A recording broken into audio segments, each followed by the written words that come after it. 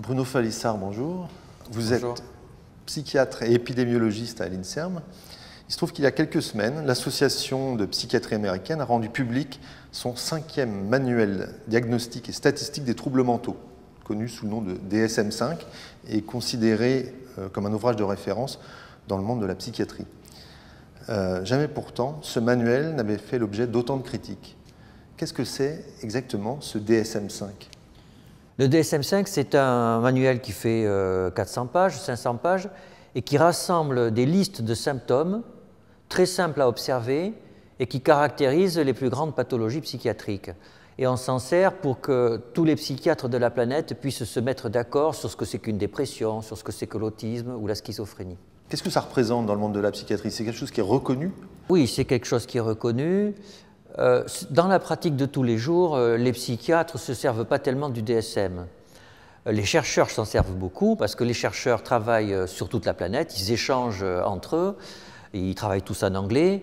Et donc, quand moi je travaille sur la dépression de l'enfant, et que mon collègue américain il travaille sur la dépression de l'enfant, il faut qu'on sache quand même qu'on parle bien de la même chose et qu'on travaille sur les mêmes patients.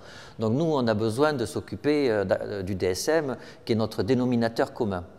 Alors, c'est vrai que les cliniciens, c'est moins leur problème, sauf à propos des assurances qui remboursent les soins. C'est qu'il y a plein de pays, contrairement à la France, où on ne rembourse les soins que certaines pathologies. Et donc l'assureur va dire, moi je rembourse ce patient s'il a une dépression au sens du DSM. Et c'est là que le DSM n'est pas forcément qu'un instrument qui sert à faire de la science. Pourquoi fallait-il une mise à jour? Depuis que la psychiatrie a été créée à la fin du XIXe siècle, régulièrement, au cours du temps, les psychiatres changent leur point de vue par rapport aux maladies. Et donc, avant tel symptôme qu'on considérait typique d'une maladie, au bout de 20 ans, on considère que ce n'est plus tout à fait le cas et que c'est un autre symptôme qui est typique de la maladie. Donc, on époussette nos diagnostics régulièrement et puis c'est pour ça que le DSM change. Là, on passe finalement de 297 pathologies à 450, je crois. Pourquoi une telle inflation? Ça ne se passe pas vraiment comme ça. C'est-à-dire parce qu'avant, vous pouviez très bien avoir une pathologie, par exemple l'état dépressif, et puis après, il y avait des sous-catégories, état dépressif majeur, état dépressif mineur, état dépressif chronique, état dépressif aigu. Donc vous voyez, vous avez l'impression que vous avez une catégorie, en fait vous en avez 4. Donc de la façon dont on s'est découpé, on peut en avoir beaucoup ou pas beaucoup. Non, entre le DSM-5 et le DSM-4, il n'y a pas énormément de différence. Parmi les différences qu'on peut trouver, juste pour donner des exemples, alors dans la dépression, rien ne change, sauf qu'il est traditionnel que le deuil soit considéré comme un critère d'exclusion de dépression. Ça se discute. Mais en tout cas, c'est un consensus dans les pays occidentaux pour dire que quelqu'un qui est en deuil, il est malheureux, ça ressemble à un tableau de dépression, mais c'est parce qu'il a perdu quelqu'un, donc ça n'est pas une maladie. Autrefois, il fallait que ça ait duré, que le deuil dure au moins plusieurs mois avant de dire que c'était une dépression. Et maintenant, il suffit de plusieurs jours. C'est-à-dire, si on a le droit d'être malheureux après un deuil quelques jours, et ça n'est pas une dépression, si le sujet est vraiment malheureux et que ce chagrin et que le tableau dépressif dure plusieurs semaines, alors on a le droit, mais on n'est pas obligé, de dire qu'effectivement c'est compatible avec une dépression. Est-ce que malgré tout, il y a de nouvelles pathologies qui sont dans ce DSM? Il a failli y en avoir. Par exemple, quelque chose qui a fait débat, c'est les addictions à Internet, qui est une vraie question d'actualité. En pratique clinique, on a des patients maintenant qui viennent nous voir, et plutôt ce sont leurs parents qui les amènent, parce qu'ils ont une consommation d'Internet qui arrive à 6-7 heures par jour. Ils peuvent dépenser énormément d'argent sur des jeux massivement multijoueurs sur Internet. Ils ne peuvent pas s'en passer, leur scolarité s'effondre, ils n'ont plus de rapport avec leurs camarades, les tensions avec les parents sont très grandes. On a vraiment des tableaux cliniques avec des gens en souffrance à cause d'une addiction à Internet. Et donc les Américains se sont demandé est-ce qu'on la met, est-ce qu'on ne la met pas. Et justement, pour ne pas qu'ils soient taxés de tout rendre psychiatrique, ils ont préféré qu'il n'y ait pas d'addiction à Internet dans le DSM-5. Ce nouveau manuel fait l'objet de critiques, oui. Et notamment sur sa qualité scientifique. Oui, là il y a deux questions. D'abord, c'est est-ce qu'un manuel a besoin d'être scientifique? Parce qu'en fait, un manuel, c'est juste des médecins se mettent d'accord sur ce qu'ils considèrent comme étant la dépression. Dans le fond, ça n'a pas grand-chose à voir avec la science. C'est une question de sémantique, ce n'est pas une question de science. Donc ça, c'est le premier point. Le deuxième point, néanmoins, il est intéressant de se demander si les psychiatres, par exemple, différencient l'anxiété et la dépression. Mais en réalité, la plupart des patients déprimés ont un peu d'anxiété et la plupart des patients anxieux ont un trouble dépressif, peut-être pas très important, mais ont des éléments dépressifs associés. Et donc oui, on peut faire des recherches scientifiques qui vont nous dire est-ce que finalement, par exemple, dans le cerveau, les modifications biochimiques sont les mêmes quand on est déprimé et anxieux ou sont différentes. Donc la science peut aider à challenger les classifications, mais pas vraiment à les valider, c'est-à-dire qu'à dire qu'elles sont vraies. Mais c'est un débat dans la communauté, hein. C'est un débat. Ce DSM-5, il ne reflète pas une réalité américaine qui n'est pas transposable en Europe ou en France? C'est une vraie question. Je dirais, entre l'Europe et la France, bon, le mode de vie est comparable, la culture n'est pas si différente que ça. Il y a des différences, on est bien d'accord, mais nous regardons les mêmes séries télévisées, nous avons à peu près les mêmes programmes scolaires, les mêmes universités, enfin, nos étudiants s'échangent. Donc finalement, nous sommes des pays proches et les troubles psychiatriques qu'ont les jeunes Américains ou les Américains âgés et puis les Français sont proches. Néanmoins, la question se pose avec les Chinois, avec les personnes qui vivent en Afrique. Et là, effectivement, il y a des travaux qui montrent que les classifications comme le DSM ne sont pas complètement transposables dans des cultures totalement différentes. Ça, c'est vrai. Quelle est la mainmise des laboratoires pharmaceutiques dans l'élaboration du DSM? Ça a beaucoup défrayé la chronique et c'est pas si simple que ça. De mon point de vue, certains ont dit ces troubles qui sont dans le DSM, ils sont inventés par les firmes pharmaceutiques. Bon, alors, ça c'est comme toutes les histoires de grandes théories de complot. À ma connaissance, maintenant peut-être que le complot existe et que je ne l'ai jamais vu, hein, mais à ma connaissance, il n'y a pas de firmes pharmaceutiques qui ne se sont pas réunies en disant on va inventer tel trouble et puis comme ça on va fabriquer des maladies et des malades et on pourra vendre les pilules. Par contre, ce qui se passe, c'est qu'il arrive à un congrès un jour qu'un scientifique dise « Tiens, j'ai l'impression qu'il y a un nouveau type de trouble qui émerge, que l'on ne voyait pas avant, par exemple le trouble bipolaire de l'enfant. Le trouble bipolaire, c'est avoir des états dépressifs ou des états d'excitation qui alternent. Donc avant, on disait que ça touchait que les adultes, que c'était très rare chez les enfants, et puis un jour, un scientifique américain a dit « Ah ben en fait, on ne les voit pas, mais ça existe chez l'enfant. » Donc le trouble bipolaire de l'enfant et de l'adolescent existe.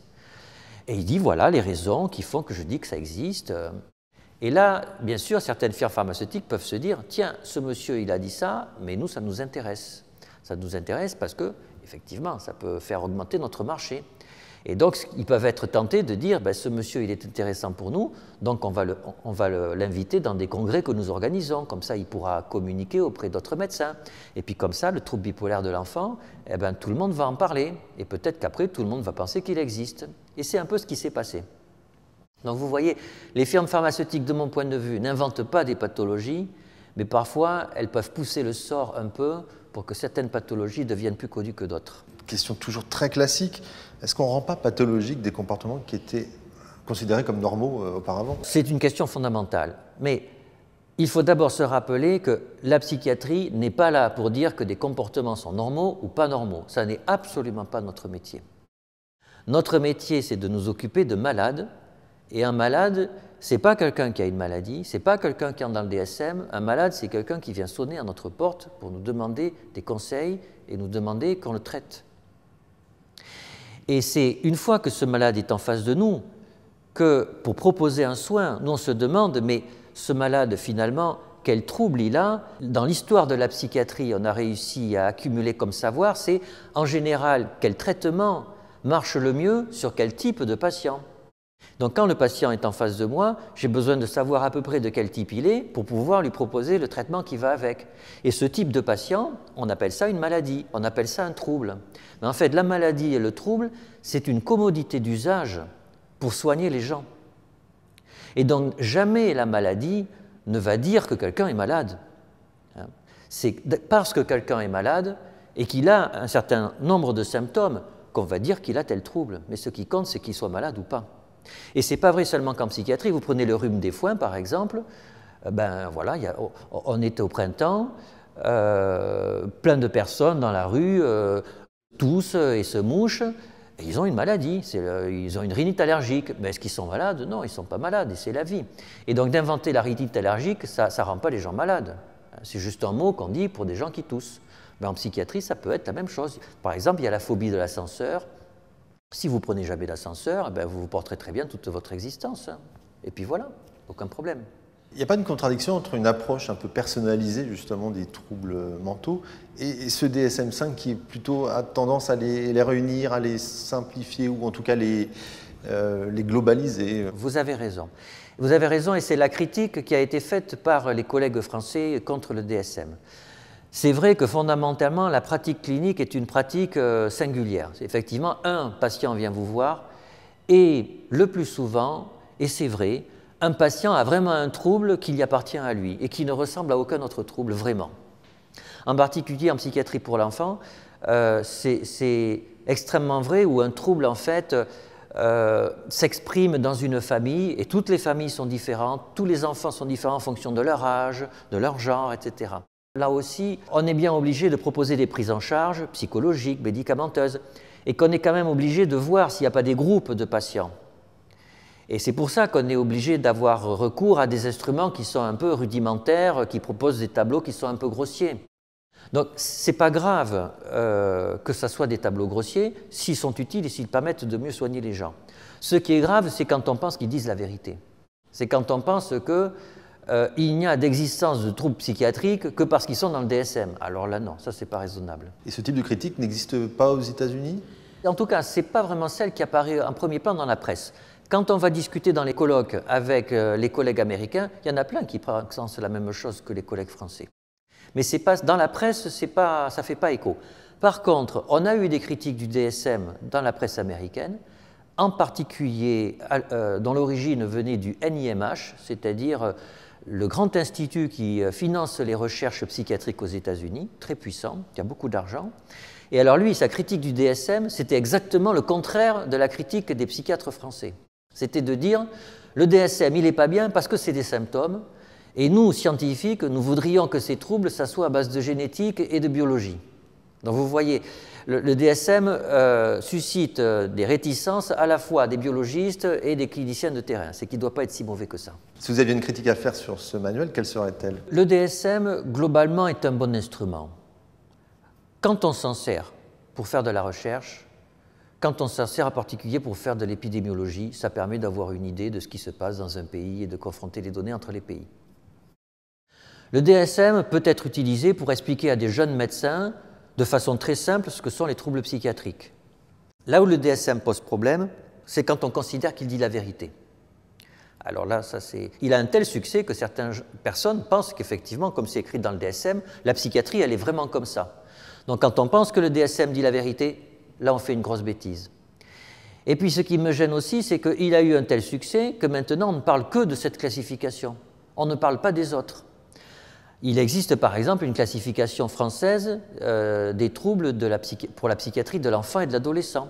Une classification qui est complètement différente, qui présente les enfants et les adolescents à l'intérieur de leur trajectoire de vie, ce que ne fait pas le DSM.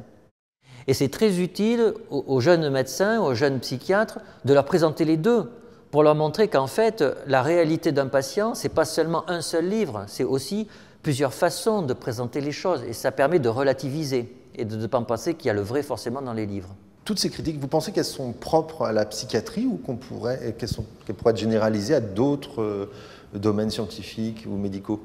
Clairement, ça n'est pas qu'un problème psychiatrique. On peut avoir l'impression que les diagnostics, la grippe par exemple, la pneumonie, l'infarctus du myocarde, ce sont des pathologies qui existeront tant que les êtres humains existeront et puis que la question ne se pose plus. Eh bien en réalité c'est complètement faux. Par exemple, dans le champ des cancers, on dit qu'il y a le cancer du poumon, le cancer du rein, le cancer du sein, mais si ça se trouve dans 30 ans, la notion de cancer du sein n'existera plus. Un cancer sera caractérisé par le génotypage de la tumeur. Pourquoi? Tout simplement parce que le traitement sera adapté au génotypage de la tumeur et pas à la région dans laquelle est la lésion. Donc on voit qu'en médecine somatique, les diagnostics bougent aussi et que même d'un pays à l'autre, les diagnostics peuvent changer. Par exemple, les lésions dermatologiques, pour les décrire, selon qu'on est un dermatologue français ou un dermatologue américain, le fait que ça soit une bulle, une vésicule, une papule, ça n'est pas exactement la même chose en fonction des pays. Néanmoins, comme les pathologies somatiques, c'est-à-dire du corps, on voit les signes, on fait des examens biologiques, l'accord entre les pays, il est meilleur. Donc on a moins besoin de manuels aussi sophistiqués que le DSM. Et c'est vrai que les pathologies psychiatriques, ça a à voir avec le fonctionnement psychique, c'est plus subjectif, c'est plus difficile à caractériser. De là, l'importance de ces outils. Est-ce qu'il faut envisager autre chose pour le DSM-6 ou alors trouver une alternative Il est possible, effectivement, que dans le DSM-6, il y aura des indicateurs biologiques et d'imagerie. Il y a 30 ans, la biologie ne servait quasiment à rien en psychiatrie. Aujourd'hui, la biologie permet de faire des diagnostics différentiels. Quand un patient a des hallucinations, pour savoir s'il a une tumeur frontale ou si c'est une bouffée délirante aiguë, faire une imagerie cérébrale fonctionnelle ou une imagerie par résonance magnétique, ça peut être utile. Aujourd'hui, l'imagerie n'est pas assez fine pour affirmer un diagnostic psychiatrique. Elle est assez fine pour éliminer un diagnostic somatique. Tel qu'on voit l'évolution des progrès en imagerie, il est possible que dans 30 ans, nous aurons des outils qui nous permettront, comme dans les autres spécialités médicales, à nous aider à faire un diagnostic positif. Et naturellement, ces symptômes apparaîtront dans le DSM. Alors, ce que je souhaiterais aussi, c'est que dans le DSM-6, il n'y ait pas que des symptômes et de la biologie, qu'il y ait aussi de l'environnement. Parce qu'une maladie psychiatrique s'interprète aussi en fonction de l'environnement dans lequel évolue le patient. Et aujourd'hui, on a un peu tendance à l'oublier. Bruno Falissard, merci. Merci.